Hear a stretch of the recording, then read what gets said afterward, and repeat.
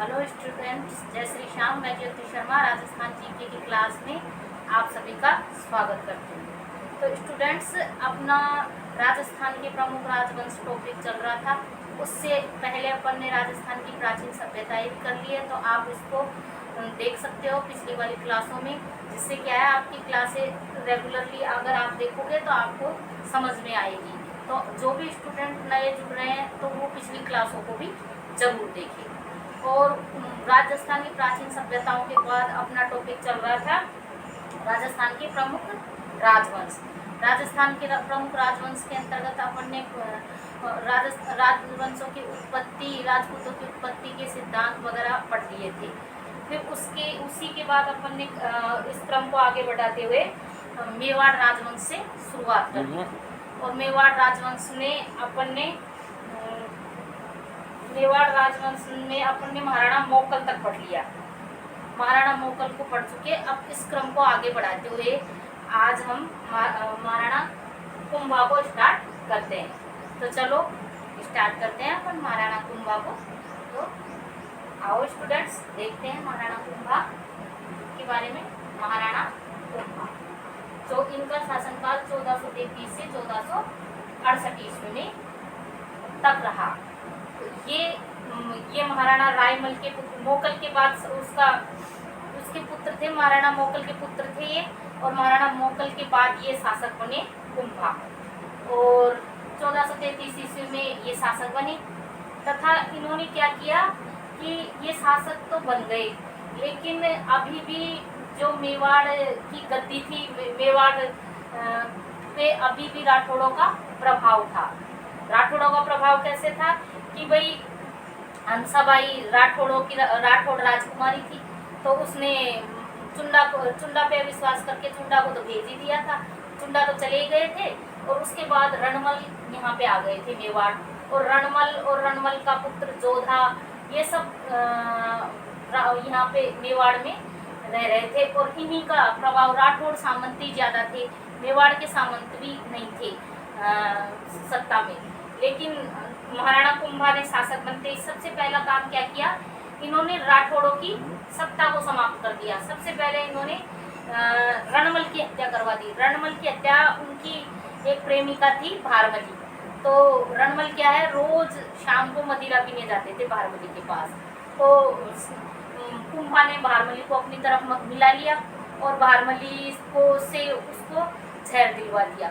और ये रणमल इतने ताकतवर थे कि पहले तो रणमल को बांधा गया, खूब शराब पिलाई गई, शराब पिलाने के बाद बांधा गया, फिर उनको मारा गया। इस प्रकार राठौड़ों की सत्ता का मेवाड़ में कुंभा ने अंत किया, और जो मेवाड़ में राठौड़ों की सत्ता को समाप्त कर मेवाड़ी सामंतों का विश्वास अर्जित किया। बड़े बड़े पदों पर मेवाड़ के ही सामंतों को बिठाया। और उस टाइम जोधा तो वहां से बच के निकल गए थे, लेकिन रणमल को उन्होंने वहीं मार दिया था। फिर कुंभा ने चित्तौड़ एवं कुंभलगढ़ को अपनी शक्ति का केंद्र बनाया। कुंभा ने जो भी कार्य किया, जो भी ज्यादातर अपनी शक्ति का केंद्र किसे बनाया, चित्तौड़ और कुंभलगढ़ को। तो क्वेश्चन ऐसे भी आ सकता है स्टूडेंट कि कुंभा ने अपनी शक्ति का केंद्र किस स्थान को बनाया। तो कुंभा ने अपनी शक्ति का केंद्र चित्तौड़ एवं कुंभलगढ़ को बनाया था। फिर 1437 ईस्वी में सारंगपुर का युद्ध हुआ। अब सारंगपुर के युद्ध में मालवा के शासक महमूद खिलजी को परास्त कर उनको बंदी बना लिया, और महमूद खिलजी को बंदी बना लिया और उसको बंदी बनाकर रख दिया। तो एक दिन महमूद खिलजी से कुंभा ने पूछा कि मतलब एक गुलदस्ता था, तो उसने कुंभा ने उनको देने की कही कि ये ले लो, ये भेंट करने की कही। तो उसने कहा महमूद खिलजी ने कि मैं आपका बंदी हूँ, तो मैं इसे ऐसे तो ले नहीं सकता, और सिर झुका के मैं लूंगा नहीं। तो उसकी इस बात से खुश होकर कुंभा ने क्या किया, महमूद खिलजी को आज़ाद कर दिया और उसका राज्य वापस कर दिया। तो सारंगपुर के युद्ध में कुंभा की विजय हुई। फिर इस विजय के उपलक्ष्य में, सारंगपुर के विजय के उपलक्ष्य में कुंभा ने वो विजय स्तंभ का निर्माण भी यह विजय स्तंभ चित्तौड़ दुर्ग के अंदर स्थित है और ये विजय स्तंभ स्टूडेंट्स 9 मंजिला है और 33 फीट जगती चबूतरी पे ये बना हुआ है ये विजय स्तंभ। और इसमें ज्यादातर हिंदू देवी देवताओं की मूर्तियां लगी हुई है और इस विजय स्तंभ को मूर्तियों का अजायब घर भी कहा जाता है। तो और फिर इसके आगे नागौर के उत्तराधिकार को लेकर मेवाड़ व गुजरात में युद्ध हुआ जिसमें कुंभा की विजय हुई। नागौर में उत्तराधिकार को लेकर संघर्ष छिड़ गया था तो मेवाड़ व गुजरात के मध्य युद्ध हुआ तो उसमें क्या कुंभा की विजय हुई और कुंभा ने इस युद्ध को जीत लिया। फिर 1453 ईस्वी में कुंभा ने मारवाड़ से मंडोर छीन लिया परंतु संधि हो गई। तो 1453 ईस्वी में स्टूडेंट्स कुंभा ने मारवाड़ से मंडोर छीन लिया। तो हंसाबाई है जो मारवाड़ की राजकुमारी थी। तो महिलाएं चाहे कितनी भी बुजुर्ग हो जाए उनको उनके पियर का तो ख्याल रहता ही है, इसलिए हंसाबाई को ये बात अच्छी नहीं लग रही थी कि भाई मेवाड़ से उन लोगों को निकाल दिया, वहाँ तक तो ठीक था, कोई बात नहीं, लेकिन अब उनका राज्य तो नहीं छीना जाए। हालांकि उस टाइम मारवाड़ वालों को निकाला जा रहा था जब हंसाबाई ने कुंभा का साथ दिया था, लेकिन जब कुंभा ने ये मंडोर छीन लिया तो हंसाबाई को फिर ये चीज अच्छी नहीं लग रही थी और उन्होंने मध्यस्थता की और उन्होंने कुंभा को भी समझाया कि भाई उनका राज्य छीनना ठीक बात नहीं है, उनका राज्य तो कम से कम उनको दे दिया जाए।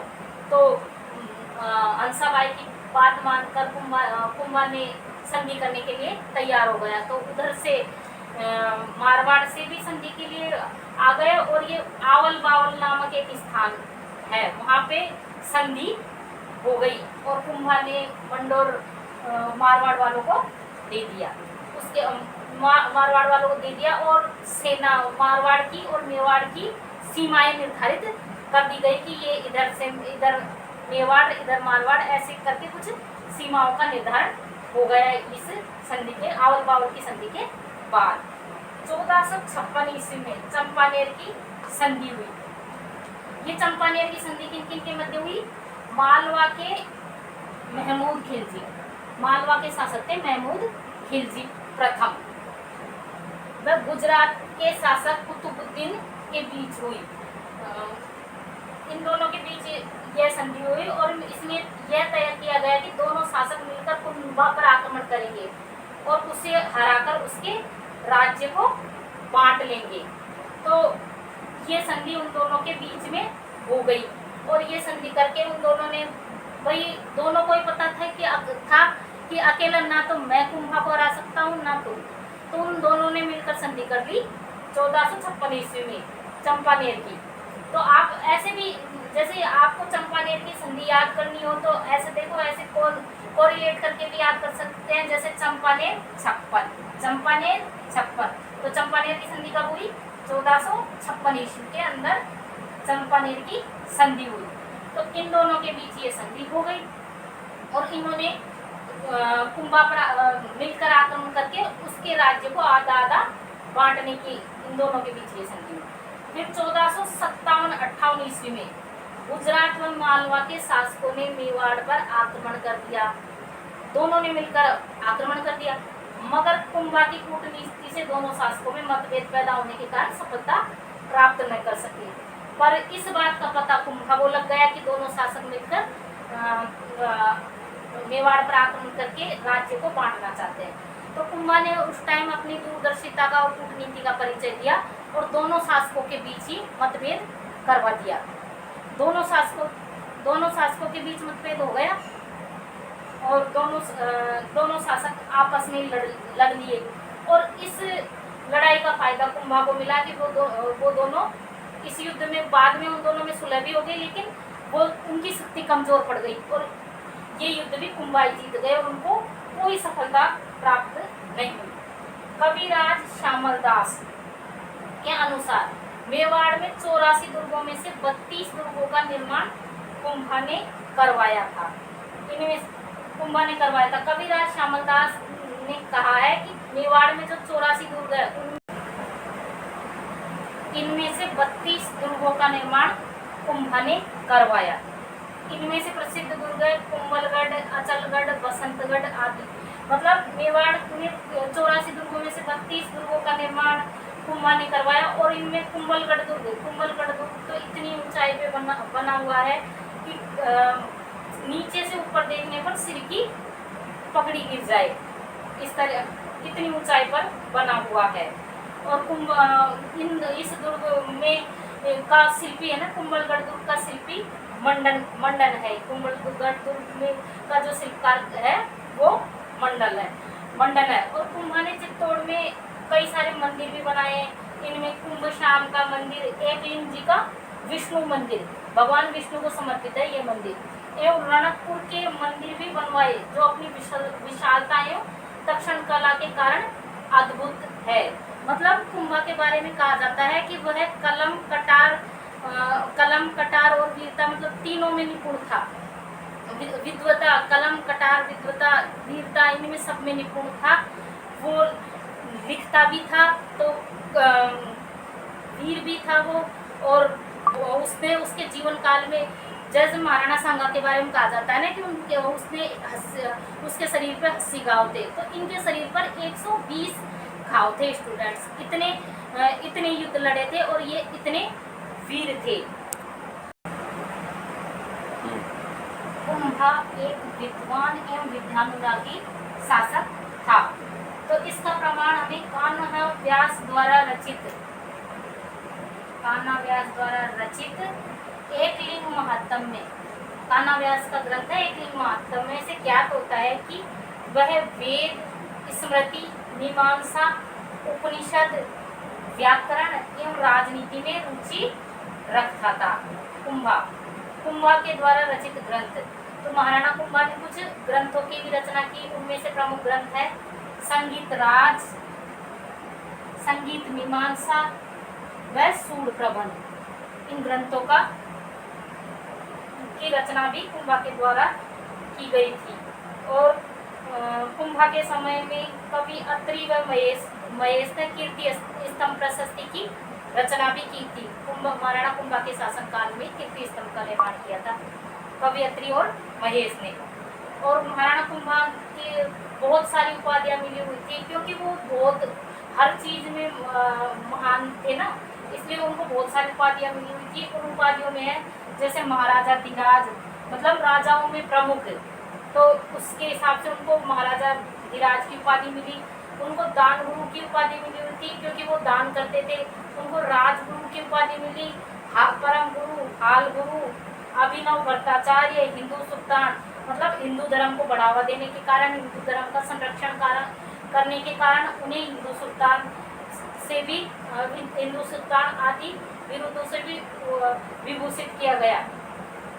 इसमें कोई शक नहीं है कि कुंभा एक महान प्रतापी शासक था, लेकिन उनका जो अंतिम समय है वो बहुत कष्टमय रहा, क्योंकि कुंभा का जीवन ज़्यादातर व्यस्त ही रहे वो पूरी जिंदगी। तो कहते हैं ना किसी भी चीज़ को ज़्यादा यूज लेने से अंत में उसका वो हो जाता है। तो कुंभा का क्या है, अंत में दिमाग थोड़ा सा मतलब वो हो गया था, दिमाग से थोड़े से पागल कर दो चाहे कैसे भी मान लो, पर उनको उन्माद का रोग हो गया था। तो उनको लास्ट में रस्सियों से जकड़ के रखा जाने लगा था। अब उनको कुंभलगढ़ दुर्ग में के ऊपर जो महल बना हुआ है कटारगढ़, उसमें रखा था। और उनको कुंभलगढ़ दुर्ग के अंदर एक तरीके से बेड़ियों से बांध के रखा जाने लगा लास्ट में। तो एक दिन उन्हीं के पुत्र क्या है, कुंभा के पुत्र उदा ने मौका देखकर कि भाई कुंभा का दिमाग तो इतना चलता नहीं था और उदा के मन में राजा बनने की लालसा थी, तो उन्होंने क्या किया कि 1468 ईस्वी में उनकी हत्या कर दी और कुंभा को कुंभलगढ़ दुर्ग से नीचे फेंक दिया और कुंभा की मृत्यु हो गई। अब आज का इतना ही स्टूडेंट्स, कल इसी टॉपिक को आगे बढ़ाते हुए इसके बाकी शासकों के बारे में पढ़ेंगे। आप इस क्लास को ज़रूर देखें और इस जो भी स्टूडेंट्स नए जुड़ रहे हैं वो पिछली क्लास को ज़रूर देखें, जिससे आपके सारी बातें समझ में आएगी, सारी क्लास समझ में आएगी। और रात को 10 बजे करंट अफेयर्स की क्लास होगी, तो आप उससे ज़रूर जुड़े। धन्यवाद।